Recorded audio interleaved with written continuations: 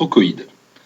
Alors on a une masse ponctuelle qui se déplace, alors, comme si elle était posée sur une roue. Alors on peut imaginer une masse, un point d'une roue, qui se déplace. Lorsque cette roue est en train de rouler, ça forme ce qu'on appelle une trochoïde. Alors, une trochoïde, je vais sur Wikipédia, par exemple, on voit ici une roue qui tourne et un point qui est en train de bouger sur cette roue, et il forme ici une trochoïde. Alors, on a différents types de trochoïdes, ça dépend où se trouve le point. Ici, on a plutôt à faire une trochoïde de ce type-là, de celle qui est en haut. C'est-à-dire le point, il est à l'intérieur de la roue. Alors, je reviens à mon exercice. Cette trochoïde se caractérise par des paramètres P1 et P2. Et donc, on a une équation paramétrée. Et on a un certain nombre de points de mesure. Alors, pour différents temps t, on connaît une hauteur. Alors, y, on connaît y, on ne connaît pas x, on connaît y. Et à partir de ça, on va essayer d'estimer P1 et P2. Alors, le problème pourra se ramener à un problème d'estimation linéaire ou de régression linéaire.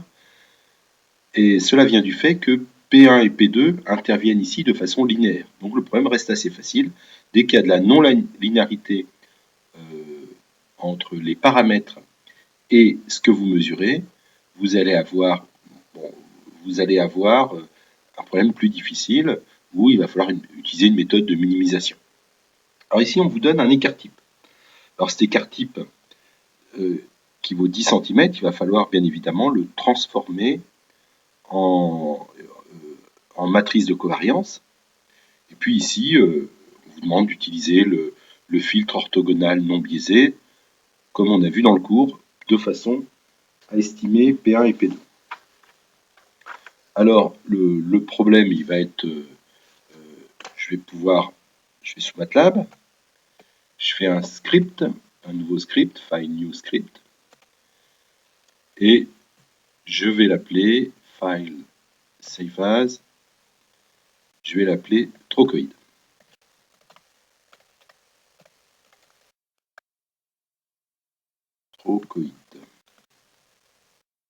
Enregistré. Alors tout d'abord, pour pouvoir, alors je tape directement le code MATLAB.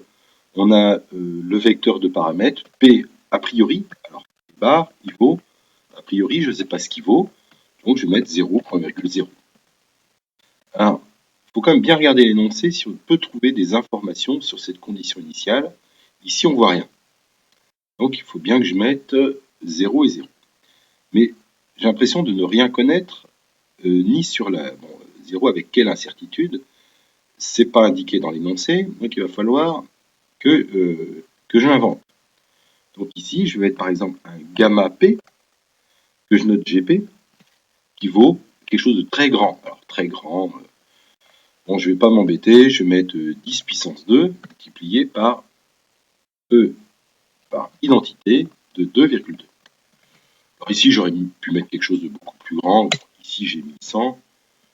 Bon, j'aurais pu mettre, allez, 10 000. Voilà. Maintenant, pour mon vecteur de mesure. Alors, le vecteur de mesure, ici, je vais pouvoir améliorer la connaissance que j'ai ici par mon vecteur de mesure. Alors, le vecteur de mesure, comme il est donné dans l'énoncé, c'est un vecteur de dimension 4 que voici. Alors, je recopie. Et moins 0,261 avec une virgule. Bon, alors je vérifie. Je vais le lancer déjà. Je lance. Alors ici, il n'a rien fait, bien évidemment. Par contre, je vais vérifier que tout fonctionne bien. P bar, le voilà. GP, le voilà. Et ça, c'est la connaissance que j'ai sur P. Mais que je vais devoir améliorer avec ce vecteur des mesures. Alors, dans mon tableau, chaque colonne de mon tableau correspond à une mesure. si je considère par exemple la première mesure, elle me dit que, alors ça correspond à cette ligne-là, j'ai Y. Alors Y de T, T qui vaut 1 ici, pour ma première colonne, Y de 1 est égal à P1 multiplié par T, c'est-à-dire 1. Excusez-moi, c'est la deuxième ligne. Donc c'est P1 moins P2 multiplié par cosinus de T qui vaut 1 de 1. Voilà. Maintenant, la deuxième colonne, c'est Y de 2 qui vaut P1, alors toujours du fait de cette deuxième ligne, moins P2 fois cosinus de 2, etc.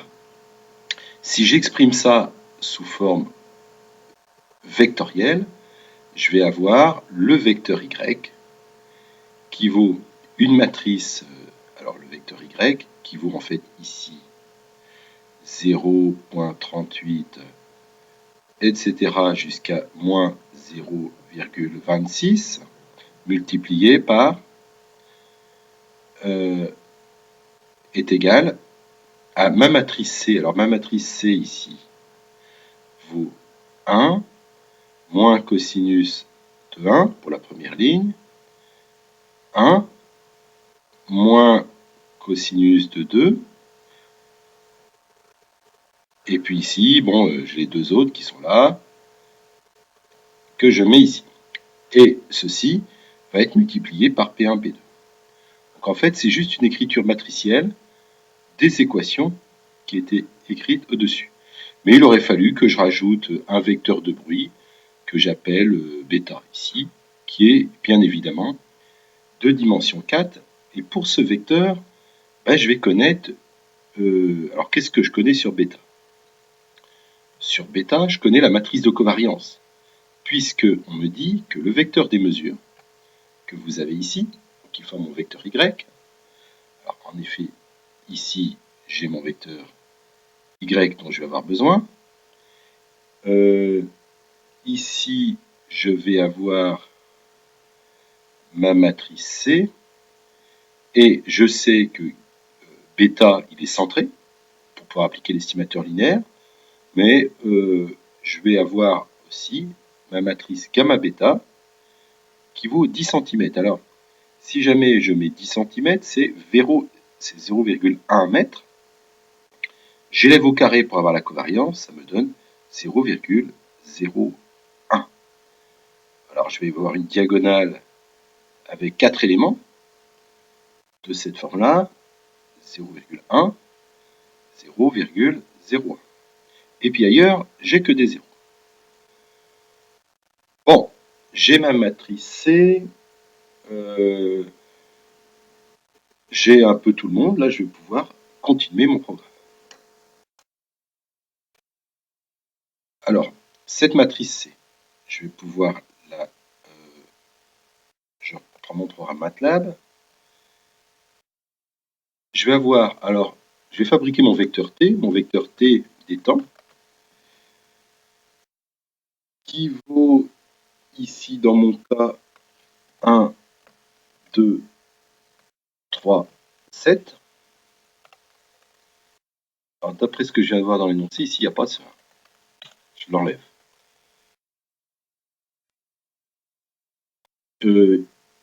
Ici, donc, mon vecteur de temps T. Ma matrice C, alors, ma matrice C, c'est une matrice qui est formée alors, avec des 1. Alors, je vais mettre once de size de T.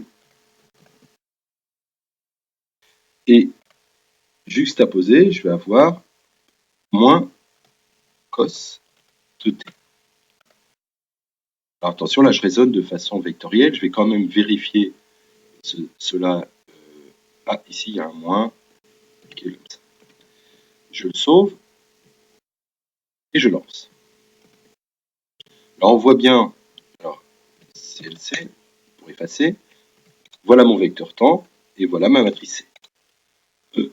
Alors là, on voit déjà qu'il y a un problème. En effet, c'est pas un point virgule qu'il faut. Pour ça, je préfère vérifier au fur et à mesure. C'est juste c'est sur la droite. Donc, je le relance et je vérifie à nouveau ma matrice C. Et on voit en effet sur la gauche des 1, et puis ici les moins cosinus du vecteur t. Alors, une fois que j'ai ça, P bar Gp a été donné. Maintenant, je vais avoir ma matrice de covariance que je vais appeler G bêta.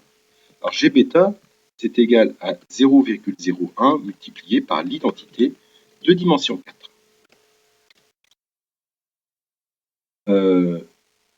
Maintenant, je vais pouvoir appliquer l'estimateur linéaire que je ne rappelle pas, mais qui est donné dans le cours, et il faut d'abord calculer l'innovation. Donc on l'appelle Y tilde. Y tilde, c'est Y moins C fois P bar. C moins P bar. Ensuite, je vais avoir la matrice de covariance pour cette innovation qui vaut C fois GP fois C'. Comme ça me fait passer de l'espace des... alors là, c'est G. De l'espace des paramètres vers l'espace des mesures. Et je vais devoir rajouter mon bruit de mesure, comme dans la formule de l'estimateur linéaire, qui ici est appelé G bêta. Enfin, je calcule mon gain de Kalman, K égale, alors c'est GP multiplié par C' multiplié par l'inverse de GY. Alors, ici, il n'est pas content, il préférerait que j'utilise, pour optimiser ses calculs, un slash ou un anti-slash. Peu importe, ici j'applique, ça ne va pas changer grand-chose, nos matrices sont de faible dimension. Donc je le laisse râler en soulignant l'inverse. Et enfin, en ce qui concerne l'estimateur, P chapeau, P hat, il vaut P bar plus le gain de Kalman multiplié par l'innovation. Y tilde. Voilà mon estimateur. Et enfin, cette estimation se caractérise par une matrice de covariance, G epsilon, qui vaut GP moins K fois C fois GP. Normalement, j'ai tout le monde ici, et je vais pouvoir lancer ce calcul. Alors, je vais vérifier tout le monde. Je regarde mon X bar, bon, P bar, donc, puis c'est P bar, le voilà, c'était l'ancien, le P hat, voilà. Donc ça me donne l'estimation 2 et 3. On sent bien qu'il n'y a pas beaucoup de bruit de mesure quand vous obtenez de tels chiffres. On va regarder le G epsilon, qui me dit la précision. Alors c'est une assez bonne précision parce que j'ai un faible bruit de mesure. Et voilà voilà la matrice de covariance. Deuxième question, tracer la trajectoire estimée de la masse. La masse qui bouge bien sûr sur la roue, qui est posée sur la roue, et la trajectoire estimée parce qu'on va utiliser P1, P2, chapeaux qui viennent d'être calculés à partir de ces mesures, et on va utiliser le modèle, les équations paramétrées pour X et pour Y, pour pouvoir tracer cette courbe. Donc je reviens à MATLAB. Je vais pouvoir prendre un maillage pour T. Alors je vais l'appeler T1 pour pas confondre avec le T du dessus.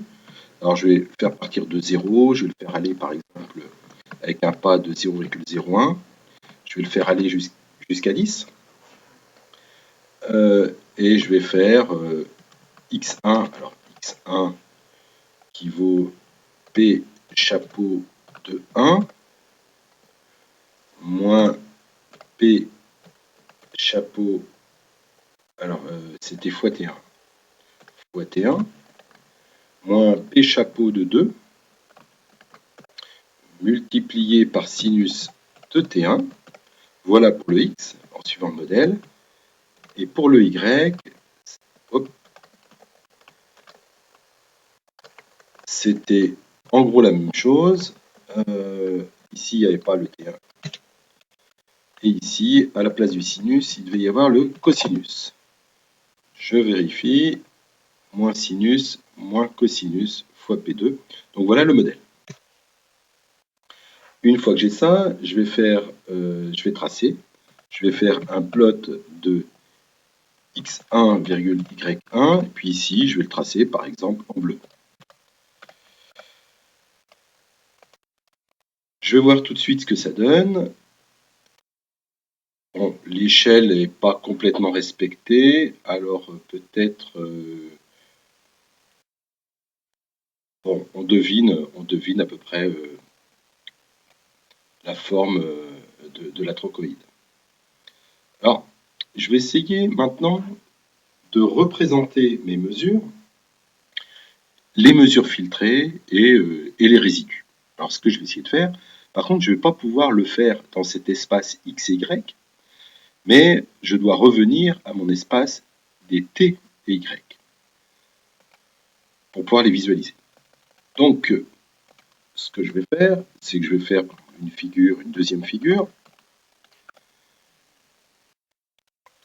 Je vais faire, alors, figure de 2. Ensuite, je vais faire plot de T, Y. Alors, je vais peut-être faire T1, Y1 pour voir déjà cette courbe suivant Y1, quelle allure elle va avoir. Et puis, je vais aussi à nouveau la tracer en bleu. Je le relance. Alors, vous avez la première courbe qui est là, et la deuxième, on voit que ça ressemble à peu près à une sinusoïde. Bon, on pouvait s'y attendre. Voilà cette forme-là. Alors, en abscisse de cette figure, vous avez le temps. Hop, voilà. En abscisse, vous avez le temps, et en ordonnée, vous avez l'altitude de la masse, le Y, l'ordonnée. Alors, c'est ici que je vais pouvoir représenter mes mesures et non pas sur cette figure-là.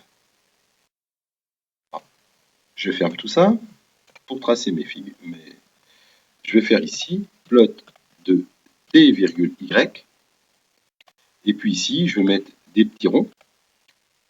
Alors, je vais mettre un O, et puis je vais le tracer en rouge.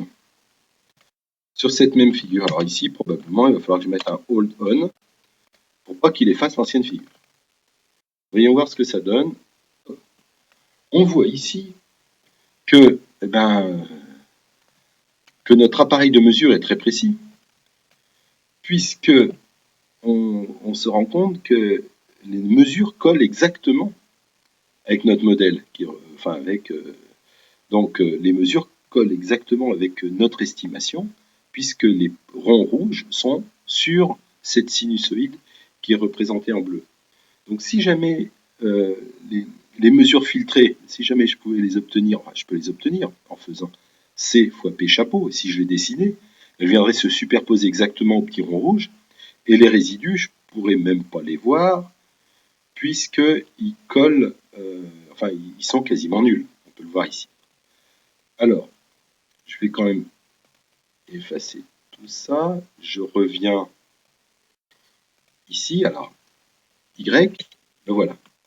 C fois P hat, le voilà. Donc ça correspond à mes mesures filtrées. Alors déjà, on se rend compte qu'elles collent exactement, enfin quasiment exactement. Donc si je calcule le vecteur des résidus, R, ça va être égal à Y moins C fois X hat,